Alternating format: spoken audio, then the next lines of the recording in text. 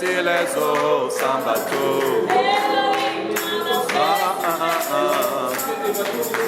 Jésus la marchait sur les eaux sans bateau.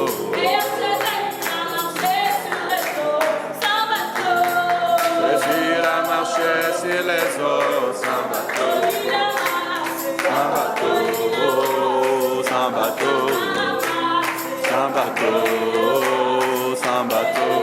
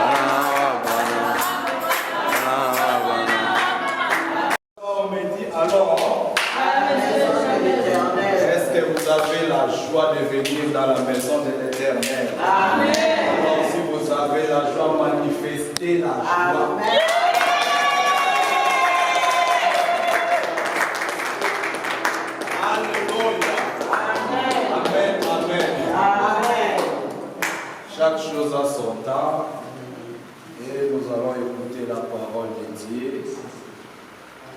Je vais vous disposer le cœur. Nous allons prier pour la parole. Nous allons prier pour ce serviteur afin que Dieu nous parle à ce serviteur. L'éternité est poussé par l'Esprit que les hommes vont parler de la parole éternelle. Poussé par l'Esprit des hommes, poussé par l'Esprit de Dieu. Amen. Nous voulons écouter ainsi dit l'Éternel ce matin. Et que je puisse disposer le cœur afin de lire la parole de Dieu. Alléluia. Amen. Est-ce qu'on peut commencer à prier pour la parole de Seigneur? Alléluia. Éternel, nous te prions de merci de nous parler ce matin. Seigneur, nous te prions de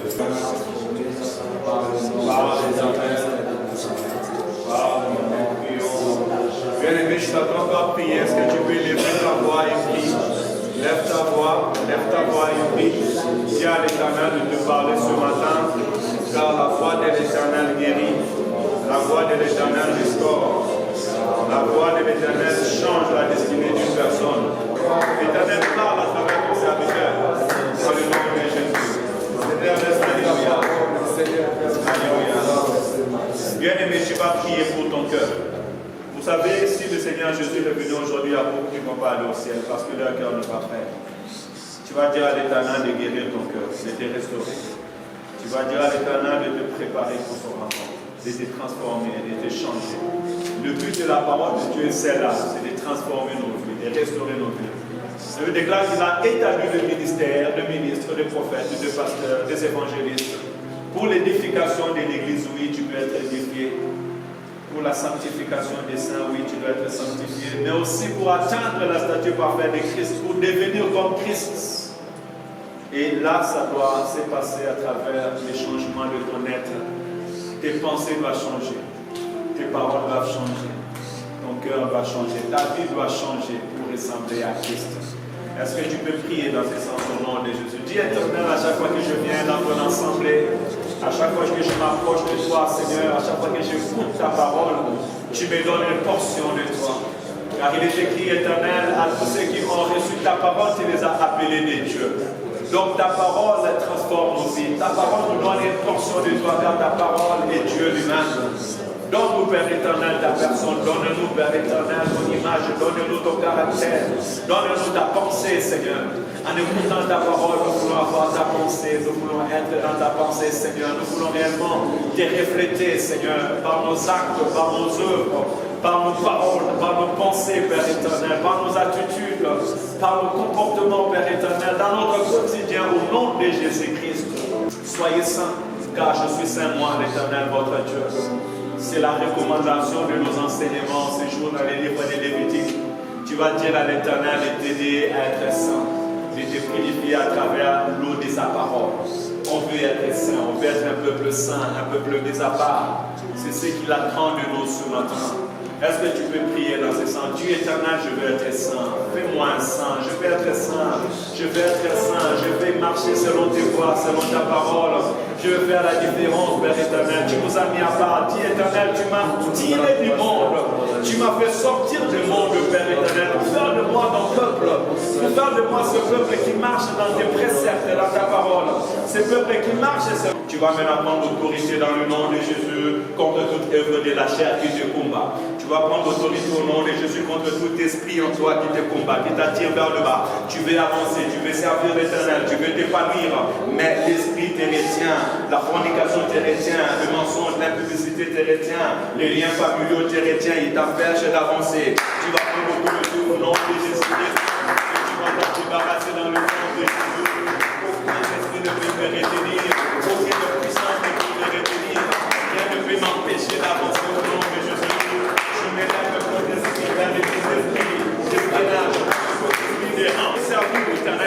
Au nom de Jésus, l'Éternel t'a libéré pour la franchir. Et je le déclare ce matin dans le nom de Jésus-Christ. Tu es affranchi pour servir l'Éternel. Tu es libéré pour servir l'Éternel. Tu es en Christ pour servir l'Éternel. Il n'y a pas de condamnation pour ceux qui sont en Jésus-Christ. Au nom de Jésus, que ta finance soit libérée. Que ta vie soit libérée. Au nom de Jésus-Christ, que ton quotidien soit libéré. Que ta destinée soit libérée. Au nom de Jésus-Christ. Il y a point d'esclavage en Jésus-Christ. Il y a point de servitude en Jésus-Christ. Au nom de Jésus. Que le pharaon de David tombe au nom de Jésus-Christ. Que la paix de pharaon de David tombe au nom de Jésus-Christ. Que les Goliaths de David tombe au nom de Jésus-Christ. Que tout esprit qui te retient tombe au nom de Jésus-Christ. Sois libéré, sois libéré. Je dis sois libre, sois libre, sois libre, sois libre, sois libre, sois libre. Que les chaînes tombent dans le nom de Jésus-Christ. Au nom de Jésus-Christ. Ta destinée soit libérée. Entre dans le plan de Dieu. Entre dans le plan de Dieu. Je dis que ta vie entre dans le plan de Dieu. Que ta vie entre dans le projet de l'Éternel Dieu. Au nom de Jésus. Tu ne seras pas un pèlerin errant sur cette terre des hommes. Dans le nom de Jésus. Bien-aimé, tu vas déclarer, je ne serai point un pèlerin errant dans ce monde au nom de Jésus. C'est Caïn qui doit errer, qui ne sait pas où il va. Mais toi, tu es un enfant de Dieu. Toi, tu dois entrer dans ton Canaan. Tu vas vivre ta vie au nom de Jésus-Christ.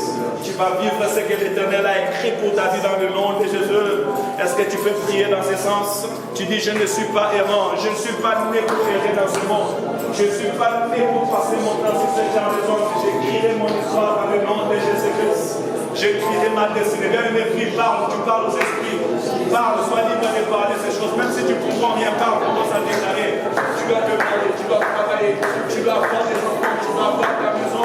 Tu dois aider ta famille. Tu dois faire ton carrière professionnelle. Tu dois faire ton ministère. C'est ça n'est pas errer. Tu dois t'imposer dans ta vie.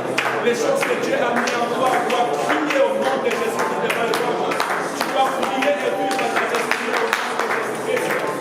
Oh, tu dois parler ta bénédiction dans le nom de Jésus. Tu n'es pas errant sur la terre des hommes. Tes enfants ne sont pas errants sur la terre des hommes. Tu ne passeras pas sur cette terre des hommes. Dans le nom de Jésus-Christ. Dans le nom de Jésus-Christ. Je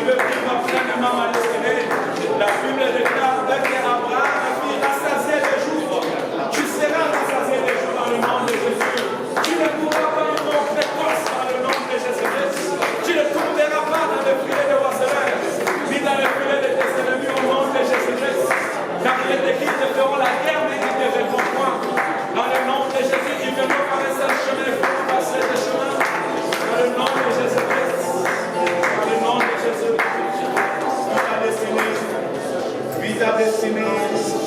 Vis ta destinée. Je disais à quelqu'un, vis ta destinée. Vis ta destinée au nom de Jésus. Passe les bienfaits de Dieu pour ta vie. Dans le nom de Jésus, nous avons ainsi prié. Nous disons Amen. Amen. Que Dieu vous bénisse. Nous sommes très heureux dans la présence de Dieu. Je peux saluer ton frère, ta soeur. Ça fait longtemps que tu n'as pas vu. Salut-le de Kamaba. Que Dieu vous bénisse. Bienvenue dans la maison de l'Éternel.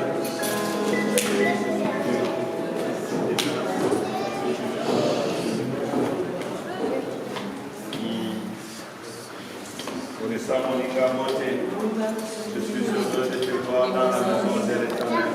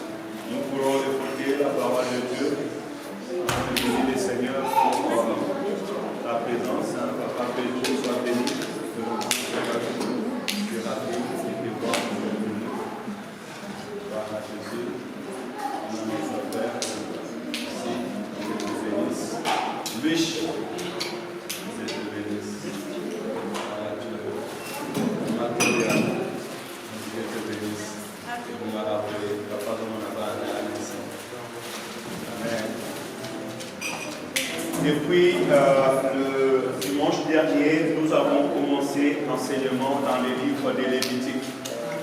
Et je nous prie vraiment de prendre le temps d'écrire, de réécouter la prédication parce que nous retournons dans le base. Alléluia. Celui qui a compris les livres des Lévitiques, il comprendra pourquoi Jésus-Christ est mort sur la croix une fois pour toutes. Et il est élevé dans les sacerdoces les plus élevés pour le salut de nos âmes. Et pourquoi depuis la mort et la résurrection de Christ et son ascension, il n'y a plus de sacrifices que Moïse faisait à travers le souverain sacrificateur. Et j'avais dit par la grâce de Dieu, nous allons lire le livre de Lévitique. Et puis après, nous passerons dans le livre de Deutéronome, qui est la prédication de Moïse avant la fin de sa mission. Ces deux livres, nous devons le maîtriser, ça nous permettra aussi de connaître notre Dieu et de pouvoir les servir avec crainte et tremblement. Amen. Amen. Et nous avons dit que le livre de Lévitique a un point clé, un texte de base, Lévitique chapitre 19, verset 2, qui nous dit « Soyez saints, car je suis saint, moi l'Éternel, votre Dieu. » Et Moïse leur a dit « Vous serez saints. » Et moi j'ai envie de dire « Nous serons saints, car l'Éternel, notre Dieu, est un Dieu saint. » Amen. Ça rassemble tout le contexte du livre de Lévitique. Parce que dans le livre de Lévitique, comme aujourd'hui, nous allons parler des offrandes et des sacrifices.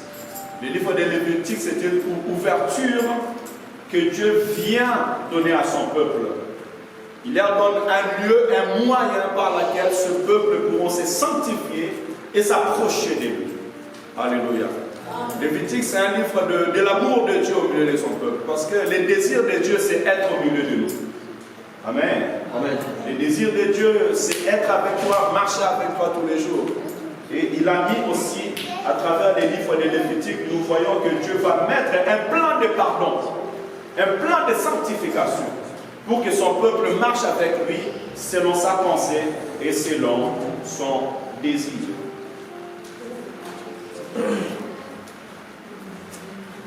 Ce matin, nous allons lire dans le livre de Lévitique, chapitre 1er, et nous allons travailler selon elle. Nous aurons plusieurs points, il y a 11 points.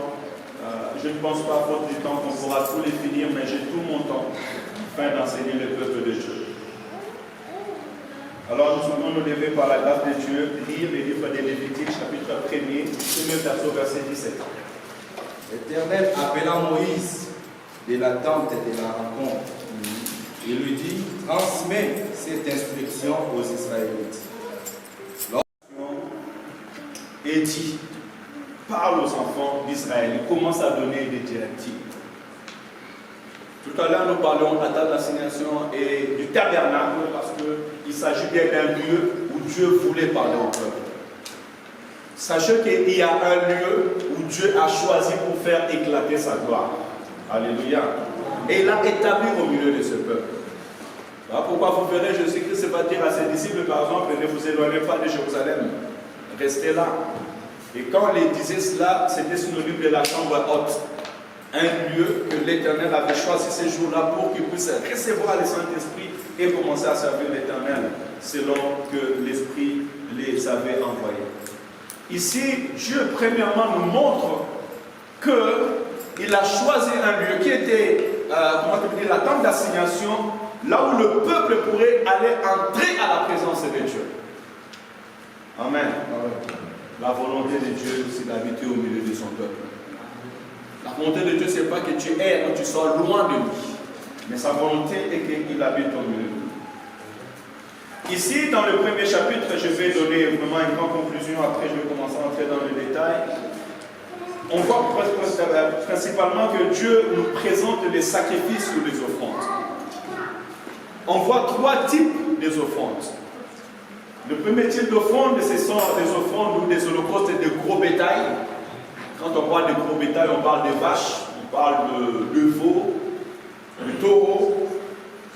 Pour ceux qui avaient les moyens, qui devaient les présenter au Seigneur, auprès de prêtres, qui devaient obéir aux consignes de Dieu, afin de l'amener à l'autel de sacrifice pour le brûler.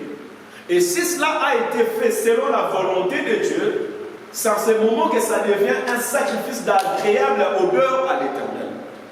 Et vous verrez dans ce chapitre, premièrement, à 3 reprises, sur les 3 offrandes, on nous répète un sacrifice brûleux sur le feu, qui est un sacrifice d'agréable odeur à l'Éternel. Cela veut dire quoi? Cela veut dire que Dieu nous choisit comme son peuple, comme il a choisi Israël, il les a mis hors du camp. Aujourd'hui aussi, Dieu nous a appelés et en Jésus-Christ, nous sommes entrés dans son royaume. La Bible déclare à tous ceux qui l'ont reçu, à tous ceux qui ont cru en son nom, il leur a donné le pouvoir de devenir enfants de Dieu. Il nous a délivrés de la puissance des ténèbres et nous a ramenés dans le royaume de son Fils bien-aimé, en qui nous avons la rédemption et la rémission de nos péchés. Mais cela ne suffit pas. Alléluia. Amen. Puisque nous appartenons à Dieu, Dieu met maintenant des règles afin que nous lui soyons agréables. Si tu as la parole de Dieu, c'est pour que ta vie soit agréable à Dieu. Mais si tu as la parole de Dieu pour que ça puisse remplir ton vitrine et que tu le suis le matin, mon frère, ma soeur, fais attention. Alléluia. Amen. Tu vas te poser la question à savoir si ta vie est agréable à Dieu ou pas, ou si tes offrandes, tes prières, tes sacrifices sont agréables à Dieu ou pas.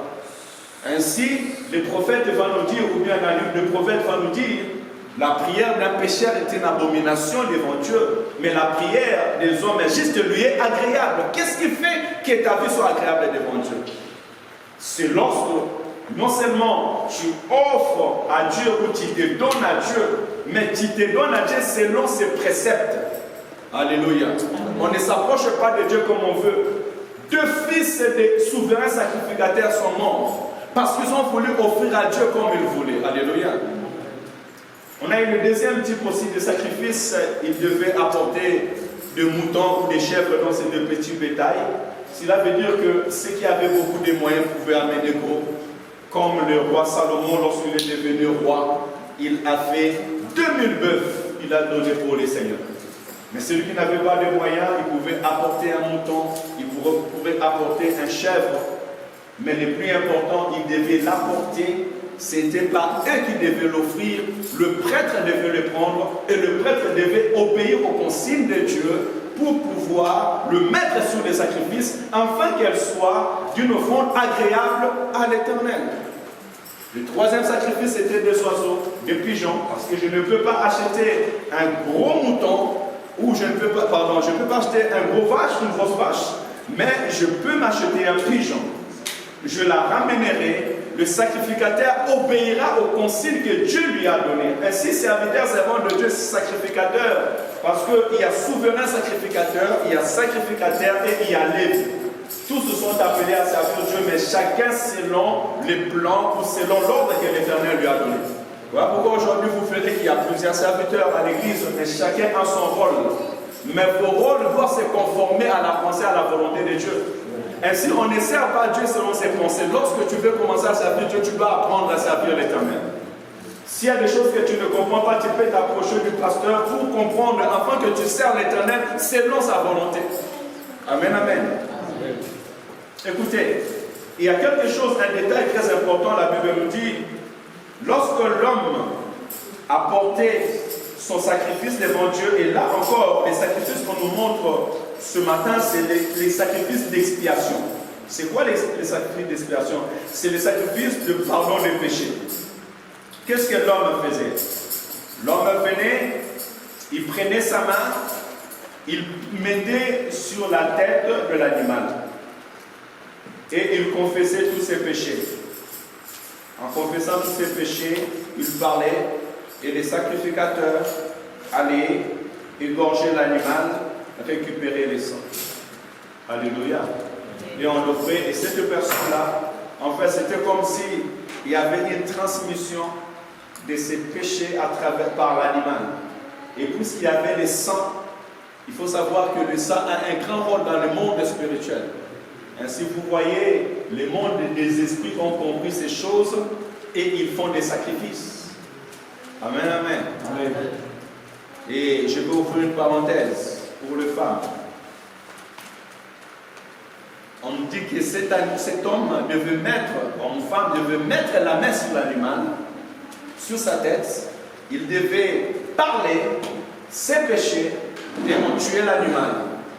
Et le sang de l'animal venait couvrir les péchés de l'homme. Ainsi, il était sanctifié où il pouvait rester dans la présence de Dieu. Vous savez, en Inde, je pense bien que c'est en Inde, il y a une religion qui, pour pardonner ses péchés, ils vont raser les cheveux. Vous avez vu ça sur vos téléphones, les femmes, n'est-ce pas? Ils rasent leurs cheveux pour leur purification. Maintenant, le monde industriel, ils ont tellement compris ces choses, ils vont aller récupérer ces cheveux, vous faire des cabellos. Indien, tu vas payer 450 € pour mettre sur ta tête. Or, spirituellement, tu es en train de payer les malédictions de l'autre pour mettre sur ta tête. Alléluia. Alors pourquoi vous devez prier en quelque chose? Parce qu'en donnant leurs cheveux, ils se purifient. Ce sont des choses spirituelles. Mais toi, tu vas aller acheter encore. Ce n'est pas le même cadeau. Et ils les jettent. Ceux qui les récupèrent, ils les récupèrent en grande quantité. Ils les traitent, ils viennent te donner et toi, tu vas l'acheter. Donc, tu achètes ta malédiction. Hein, les femmes? Faites attention à ce que vous portez dans vos têtes. Amen. Amen. C'est rigolé, mais les choses spirituelles restent spirituelles. On doit beaucoup veiller sur ça. Je ferme cette parenthèse. Maintenant, face dans les seigneurs, nous savons que dans ces trois types, déjà dans ces trois types de sacrifices, on voit que Dieu a préparé le pardon pour tout le monde. Alléluia. Que tu sois riche pour acheter la vache, que tu sois dans classe moyenne pour acheter un mouton ou un chèvre, ou que tu sois pauvre pour aller t'acheter un pigeon, le plus important c'était que tu viens devant la face de l'Éternel, tu l'apportes, et que dans ces animaux qu'il y ait le sang qui devait être offert pour le pardon de tes péchés. Et si tu le faisais selon les règles que l'Éternel te donne, ça devient un sacrifice d'agréable odeur à l'Éternel et tu obtiens le pardon. N'est-ce pas Dieu le merveilleux? Alléluia. C'est pour ça que je veux dire que petits et grands, riches ou pauvres, tous nous avons accès devant Dieu. Et le plan de pardon est pour tout le monde. Ne dis pas, moi je ne suis pas pasteur, moi je ne suis pas... Non, non, non. Le plan de pardon est pour tout le monde. L'essentiel est que tu fasses les choses selon les règles de l'Éternel, selon la volonté de Dieu. Alléluia. Et plus encore, c'est que je veux qu'on puisse retenir dans ces premiers chapitres, parce que là, je vais voler un peu dans la Bible. La parole déclare que ça sera un sacrifice d'agréable odeur à l'Éternel. Alléluia. Quand tu t'approches de Dieu, quand tu pries, quand tu cherches la face de l'Éternel, rassure-toi que tes prières sont d'une agréable odeur à l'Éternel. Ainsi, la Bible me dit que dans le livre d'Apocalypse, la prière des saints est un parfum de bonne odeur à l'Éternel, à Dieu. Yes. Alléluia. Amen. Le plus important, c'est pas seulement être à l'église se vient, mais ta vie devient un sacrifice vivant. Ainsi, dans Romains, la Bible, qu'est-ce qu'il nous dit dans Romains chapitre 12? Offrez à Dieu vos corps comme des sacrifices vivants, ce qui sera pour vous un culte raisonnable. Autrement dit, un culte agréable à Dieu. On ne peut pas être dans le Seigneur, ne pas obéir à Dieu et prétendre lui rendre un culte agréable et raisonnable. Que celui qui a des oreilles pour attendre ce que dit l'Esprit. Voilà un peu l'Esprit qui était dans le Lévitique chapitre 1er. Mais maintenant, face à l'Éternel, entrons maintenant dans la profondeur. Pourquoi Lévitique? Pourquoi l'Éternel va parler à Moïse depuis la tente d'assignation? C'est parce que c'est dans le plan de Dieu. Alléluia. Amen. Le plan de Dieu, c'est qu'il se constitue un peuple saint. Genèse chapitre 18, verset 19. La Bible dit ceci. Car je l'ai choisi, là Dieu parle d'Abraham. Car je l'ai choisi afin qu'il donne à ses fils et à sa maison après lui de garder, il ordonne à ses fils et à sa maison après lui. Ça veut dire des générations futures de garder la voie de l'Éternel en pratiquant la justice et la droiture. Qu'est-ce que je veux dire par là? Nous sommes dans le plan de Dieu. Alléluia. Amen. Nous sommes dans le plan de Dieu. Quand tu viens à l'église, tu viens pour entrer dans les plans de Dieu. Tu ne viens pas pour entrer dans ton plan. C'est Dieu qui te fait entrer dans son plan. Alléluia. Le plan de Dieu sur la terre, écoutez bien, parce que celui qui a compris ces choses, il servira l'Éternel dans la paix et dans la joie. Le plan de Dieu sur la terre, c'était de se susciter un peuple, ou de se donner un peuple qui le connaît, le véritable Dieu, qui le sert et qui marche selon ses préceptes. Tu ne peux pas dire que moi je suis peuple de Dieu et tu ne marches pas selon la loi de l'Éternel. Tu n'en connais même pas.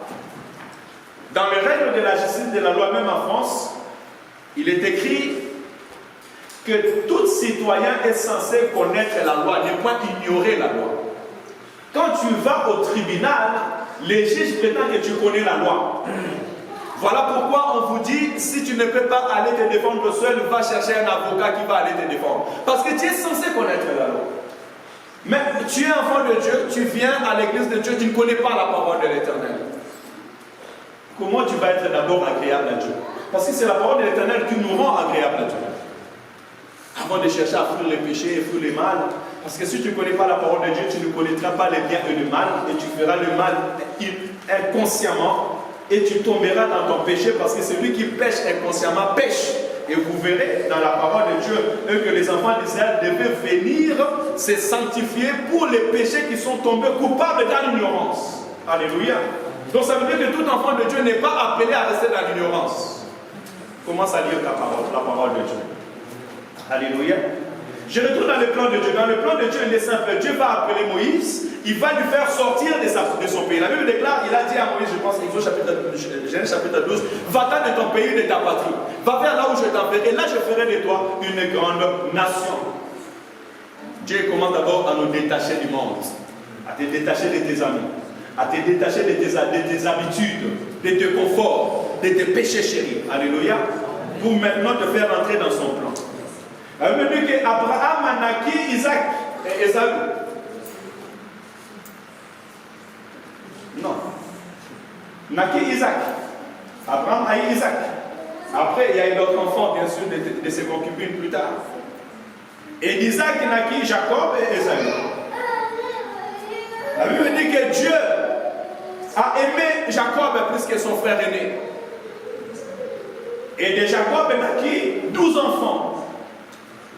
Et ces 12 enfants qu'on appelle aujourd'hui les 12 tribus d'Israël.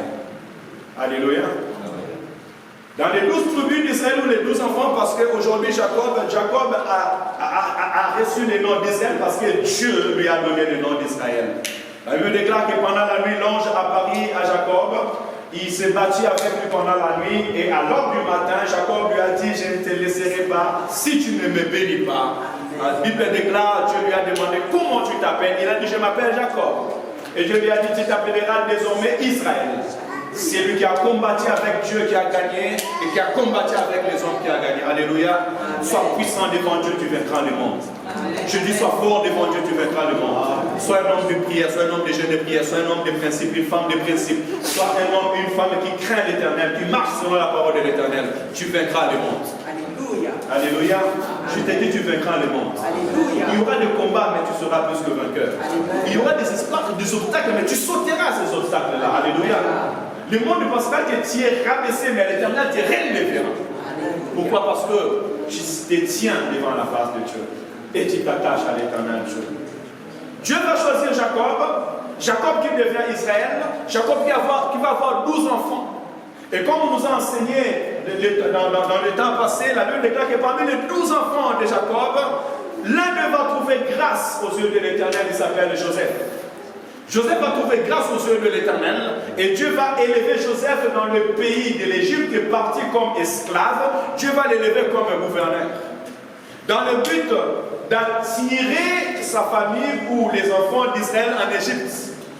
Et Dieu va utiliser l'Égypte pour faire grandir ce peuple et devenir des milliers selon sa promesse. Il avait dit à Abraham que toi tu marches dans ce pays de Canaan comme un errant, mais sache-le que tes enfants iront dans un pays étranger, ils resteront là-bas pendant 400 ans, et après moi l'Éternel mon Dieu, je viendrai les chercher pour les faire sortir de ce pays. Alléluia. Nous sommes dans le plan de Dieu. Rassure-toi que tu es dans le plan de Dieu. Alléluia. Et ce sont des choses que tu dois connaître, tu dois maîtriser afin de rester dans le plan de Dieu. Lorsque Dieu va choisir Joseph, ils vont faire 400 ans. Et au bout de 400 ans, l'Éternel va venir visiter son peuple. Et lorsqu'il visite son peuple, il va choisir un certain Moïse, qui veut dire tirer d'eau. Alléluia. Et en choisissant Moïse, il va faire sortir ses enfants, son peuple, de ces pays-là. Exode chapitre 2, verset 24 nous dit que Dieu entendit leur gémissement et se souvint de son alliance avec Abraham, Isaac et Jacob.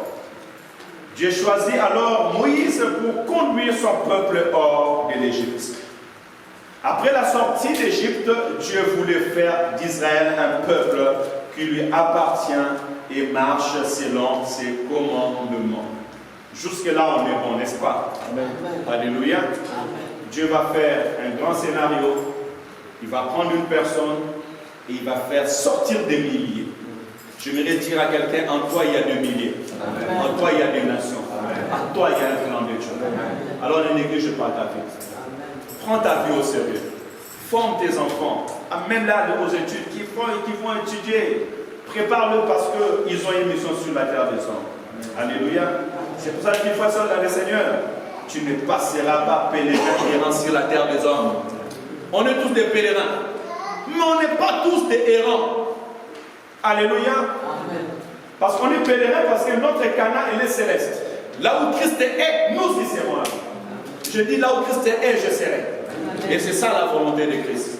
Mais en attendant, puisque mon Seigneur a marqué l'histoire, l'homme de 33 ans, pendant 3 ans sur la terre, il a fait un ministère que les générations et des générations, plus de 2000 ans nous en parlons. Tu ne passeras pas errant sur la terre des hommes. Tu écriras ton histoire. Amen. Alléluia. Maintenant, Dieu, faisant ces choses, il va faire sortir le peuple qu'il a fait grandir dans l'Égypte, il va les amener dans le désert. Pas pour qu'ils meurent tous dans le désert, mais pour les préparer, le mettre dans un pays Et là, dans ce pays, ils vont commencer à adorer, servir l'Éternel et rester dans la présence de Dieu.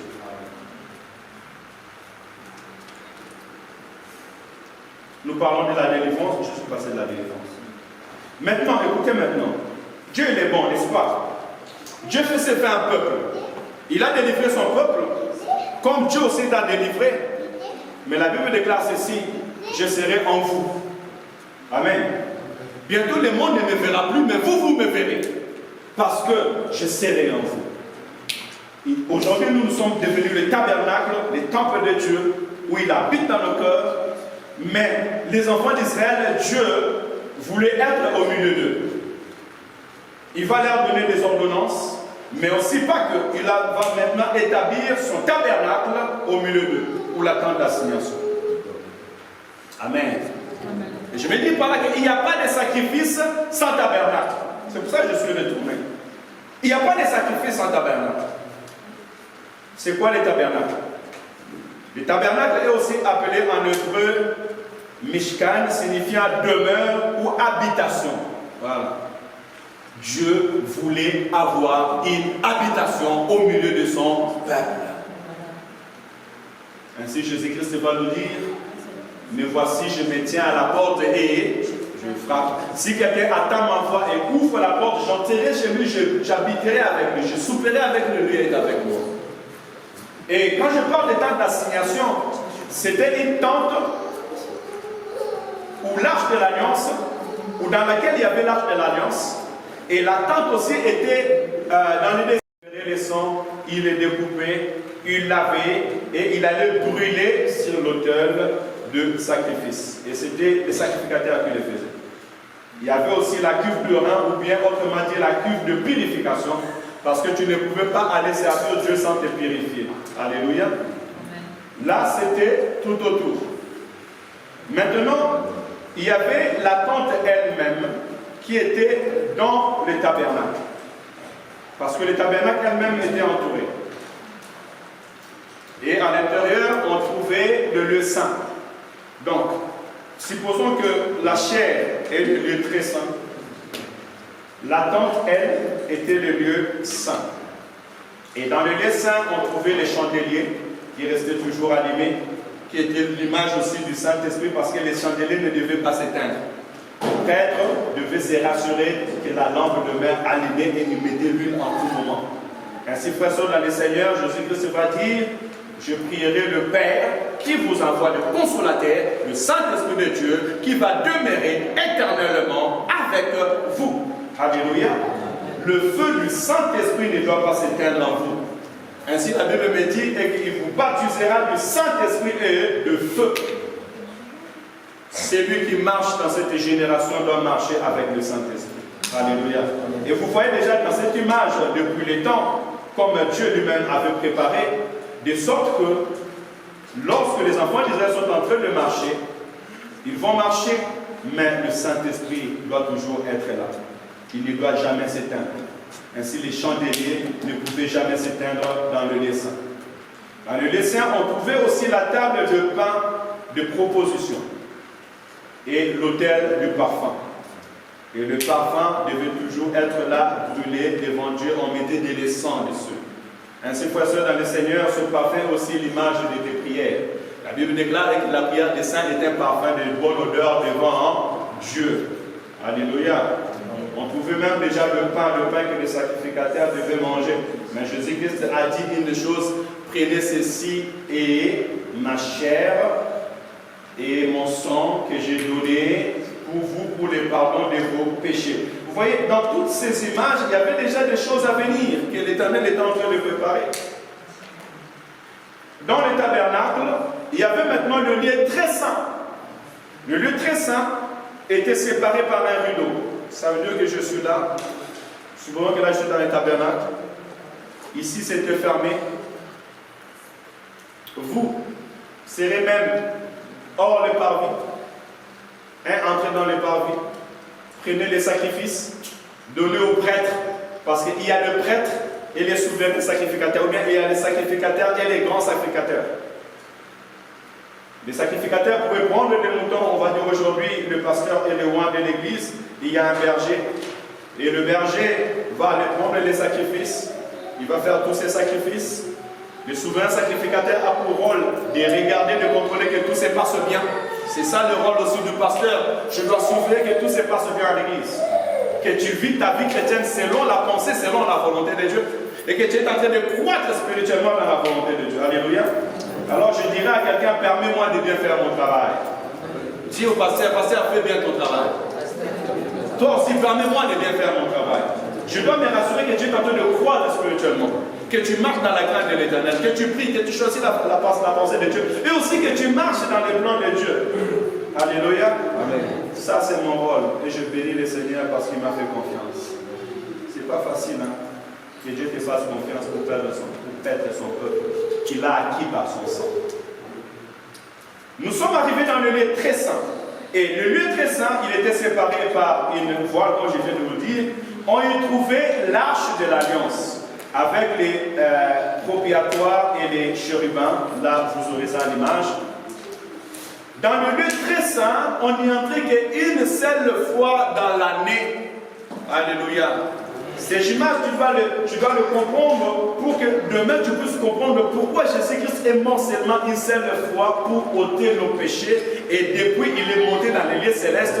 Et lui qui reste vivant, contrairement au sacrificateur à cause du péché mourrait, Jésus-Christ est restant vivant dans le sanctuaire le plus élevé à ôter nos péchés pour l'éternité.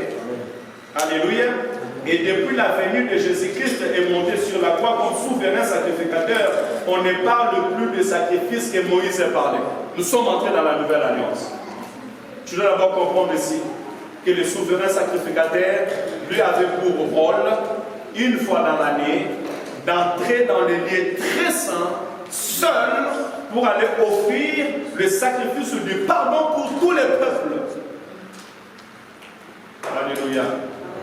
Ainsi, Dieu avait préparé un lieu, le tabernacle, là où Moïse a entendu la voix de l'Éternel qui est sortie. En Lévitique chapitre 1, on entend Dieu parle du milieu de la tente d'assignation. Et la voix vient du lieu très saint. Dieu appelle Moïse maintenant pour aller lui dire, viens, je te dirai maintenant comment ton peuple marchera avec moi. Et comment est-ce que ton peuple se sanctifiera pour que moi je marche avec eux. Alléluia. Amen. Tu veux que Dieu marche avec toi, tu dois te sanctifier. Amen. Alléluia. Amen. Et tu ne vas pas te sanctifier comme tu le veux.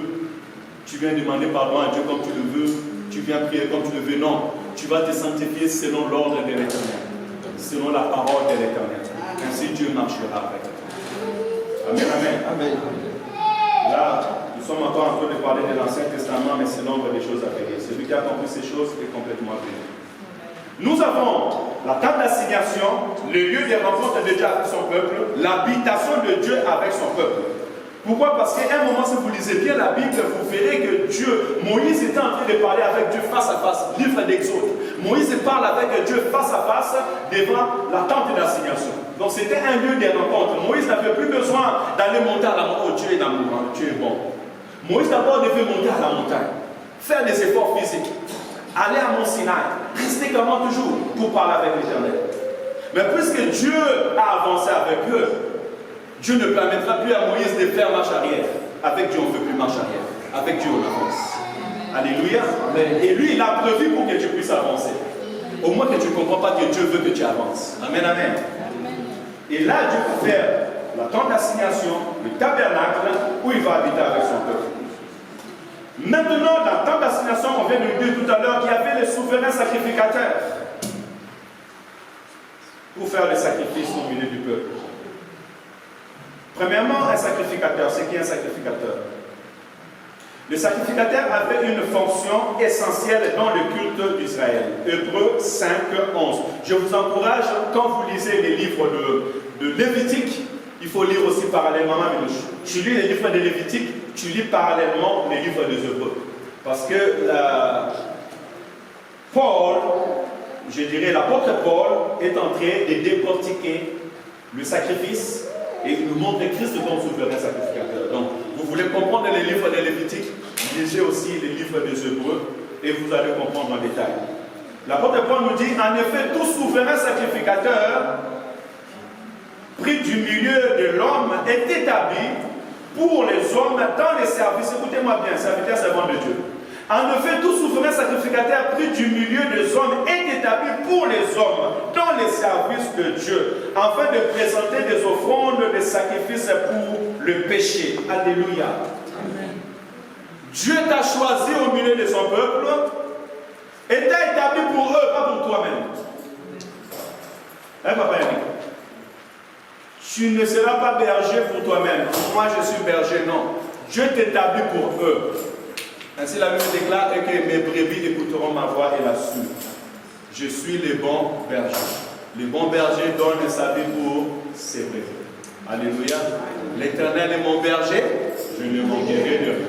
Ça veut dire que le peuple de Dieu ne doit pas manquer de quelque chose parce qu'ils ont un berger. Ainsi, le berger doit savoir le besoin de son peuple. Alléluia. Ah, c'est ça les services de Dieu. Dieu nous établit pour les autres. Dieu nous établit pour les autres. On n'est pas de mercenaires. Parce que le mercenaire s'en fout complètement. Le mercenaire, il vient, il prend son argent et il part. Le peuple mère, vous voyez, vous prenez les types de mercenaires. Même la Bible dit, le bon berger donne sa vie pour se prévenir. Il se poumonne pour que le peuple de Dieu vive. Jusqu'à aller pleurer devant Dieu. Dieu va dire à Moïse, ce peuple en péché, son peuple en désobéi à ma parole, je vais tous les tuer et toi je te choisirai et en toi je vais susciter un peuple. Tu es capable. En réalité, aujourd'hui, tous nous sommes devenus les descendants de Noé. Parce que Dieu avait tué les mondes. Il a gardé les enfants de Noé et ses gendres. Et le monde s'est multiplié à travers Noé. N'est-ce pas? Dieu a dit à Abraham, à Moïse, je vais choisir aujourd'hui aussi, je vais te choisir toi. Et je tuerai tous ces peuples qui sont sortis en milliers de l'Égypte parce qu'ils sont partis faire des veaux d'or. Ils ont parfumé devant moi. Dieu s'est mis en colère. Mais Moïse a dit non, Seigneur. Si tu tues ce peuple, enlève mon nom dans les livres de vie. Toi, si tu étais à la place de Moïse, tu allais faire quoi? Ah, opportunité, oui, Seigneur. L'homo là-bas, ces peuples, ils n'écoutent rien. Ce peuple, ils sont méchants. C'est ceux qui sont désobéissants. Seigneur, enlève-les seulement et prends-moi. Fais sortir à moi un peuple. Moi, mes enfants seront fidèles. Ils sont hommes. L'homme à coups rude. Alléluia. Moïse a dit, si tu le tues, efface mon nom dans le livre de vie. Si tu le tues, les Égyptiens, qu'est-ce qu'ils vont dire? Le peuple environnant, qu'est-ce qu'ils vont dire? Tu as fait sortir ce peuple pour les tuer dans le désert? Non, Seigneur. Pardonne ce peuple. Tu es le Dieu miséricordieux. C'est pour ça qu'il faut beaucoup lire la parole de Dieu. Je suis dans Exode chapitre 32, lisez 32, 33, 34, des paroles de Dieu avec Moïse. Dieu va se présenter devant Moïse et va citer le nom de l'Éternel. Je suis moi l'Éternel, Dieu miséricordieux, là la colère est riche en bonté, qui punit l'iniquité du père jusqu'à la 4e génération. Faites attention, parents. Quand tu pêches, sache que ta 4e génération peut aussi subir des péchés, des actions. Alléluia.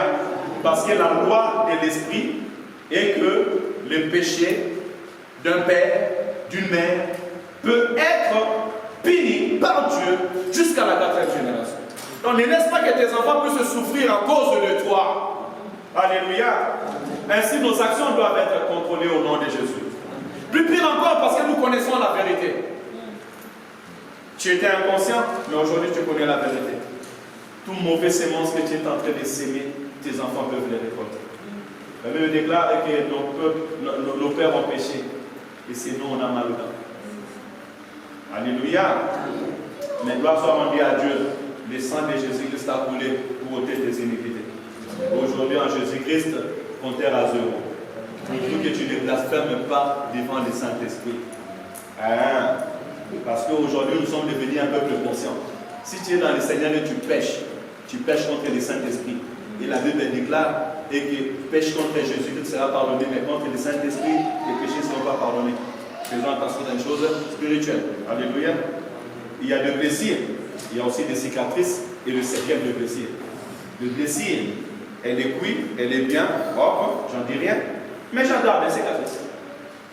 Je suis plus baissé, regardez là, je garde des cicatrices. Il n'y a plus les sangs qui sortent, mais les cicatrices restent. Alléluia. Ainsi, tu dois faire attention à tes marches parce que Dieu pardonne tes péchés, mais les conséquences des péchés existent.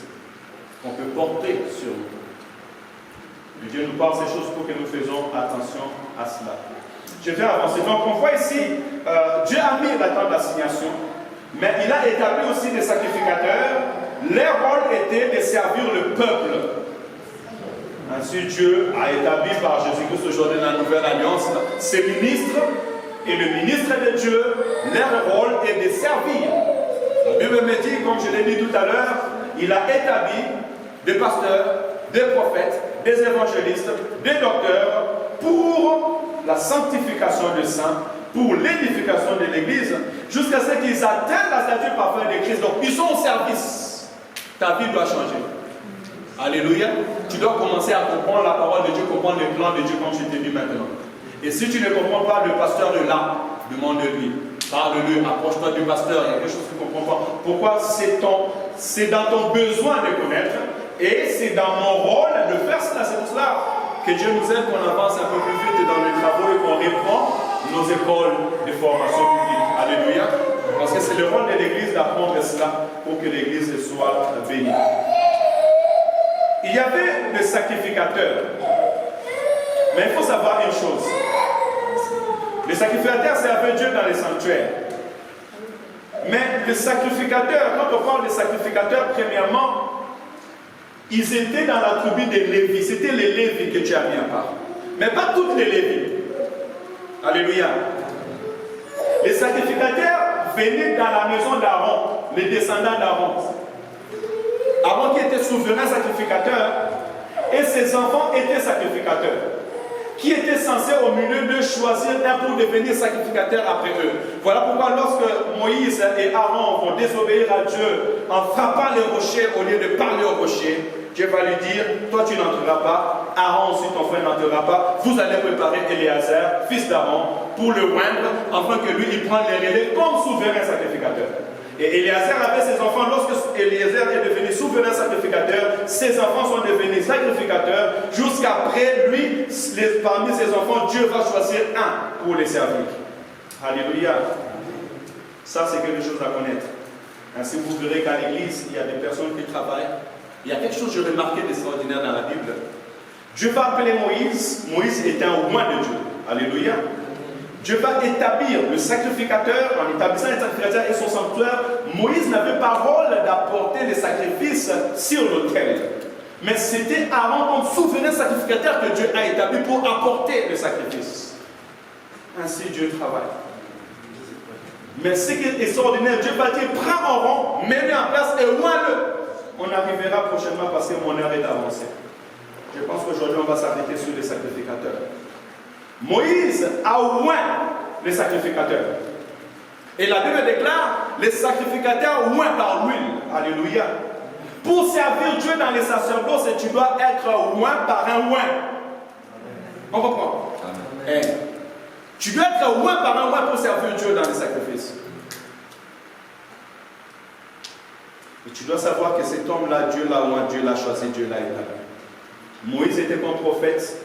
Moïse devant Aaron était Dieu, parce que Dieu a dit à Moïse, tu marcheras devant Aaron comme Dieu, et Aaron sera ton prophète. Alléluia. Dieu établit un roi, mais il établit aussi ses serviteurs et ses servantes. Si vous ne savez pas faire la distinction entre le roi de Dieu et les services au service de l'Éternel, c'est là où il y a la cacophonie. C'est là où il y a le désordre. Apprends à servir l'Éternel comme les serviteurs de l'Éternel. Alléluia. Apprends à obéir à ce que Dieu a établi. Quand tu obéis à ce que Dieu a établi, la bénédiction vient de supérieur à l'inférieur. C'est ça la règle de l'esprit. Alléluia. Et ainsi tu seras béni de l'Éternel Dieu.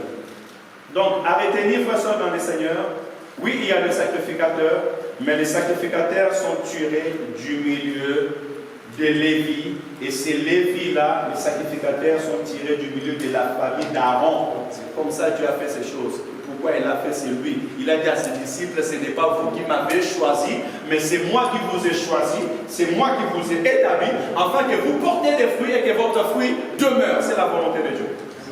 Alléluia. Je vais lire alors ce que j'ai écrit. Les sacrificateurs, les principaux fonctions étaient notamment présenter les sacrifices et les offrandes, accomplir les services des sanctuaires, maintenir le culte selon les prescriptions de Dieu, enseigner la loi. Vous voyez, depuis ces temps, ils enseignaient aussi la loi. Ça veut dire qu'ils avaient le temps de répéter la loi de Moïse, ce que Moïse a écrit au peuple de Dieu, et de bénir son peuple. Exercer un ministère d'intercession. Donc, un sacrificateur, dans le temps d'assignation, avait ses rôles. Papa Yannick, écoutez bien, serviteur, servant de Dieu, Sarah, Patricia, tous ceux qui sont appelés au service de Dieu. Un sacrificateur, premièrement, il est appelé à présenter des sacrifices et des offrandes. Aujourd'hui, c'est la prière. Un serviteur de Dieu, un servant de Dieu, tu dois être un homme de prière. C'est ça, le sacrifice pour nous aujourd'hui. Tu dois obéir à la voix de l'Éternel, à tes offrandes et à tes dîmes devant Dieu. Il dit accomplir les services dans les sanctuaires. Ça veut dire que tu dois accomplir ton service dans les sanctuaires. Quel était service dans les sanctuaires? Ici, on voit que Dieu avait détaillé, lisez la Bible, Dieu a détaillé tout ce que les serviteurs doivent faire. Toi aussi, tu dois savoir ton service, ça commence où, ça se limite où, et que tu puisses le faire. Non seulement ça, maintenir les cultes selon les préceptes de Dieu. Tu dois te soucier que les cultes se paient bien dans le lieu de dans le temple de Dieu. Alléluia. Amen. Tu ne peux pas être un serviteur, tu viens aux mêmes heures que l'église. Des fois, tu viens même en retard. Tu ne sais même pas comment les cultes vont commencer, comment ça va finir. On ne sait même pas les annonces jusqu'à maintenant si on a mis à jour. Parce qu'on n'a pas préparé. Alléluia. Amen. Hein, pasteur va te dire les annonces. Hein? On prépare le culte du début jusqu'à la fin. C'est ça le rôle d'un serviteur, d'un sacrificateur. Et pas seulement ça, enseigner la parole de Dieu, comme je suis en train de faire.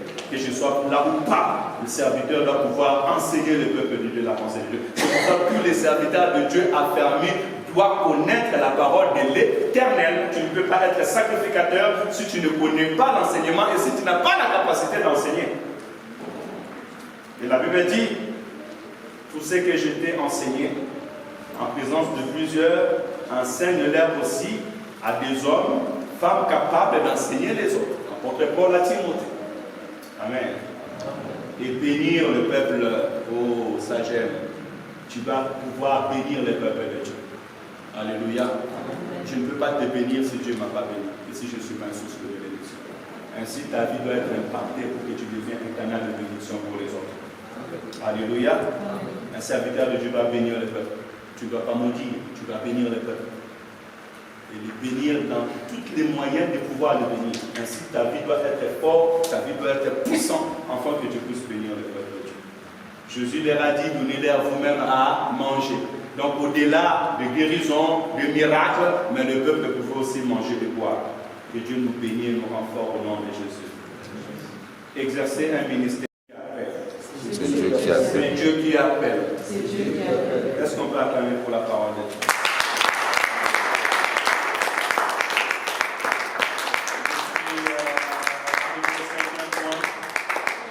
Il y a 11 points encore, et ça c'est le premier chapitre seulement. Je ne sais pas les vies qu'on va finir quand on sera béni. Alléluia. Même moi, en prêchant moi-même, je suis béni. Parce que si on comprend ces choses, on est béni, on servira Dieu dans la paix et dans la joie. Je vois que le président du peuple s'est déjà levé. Alors je vais lui laisser la place. Que Dieu vous bénisse.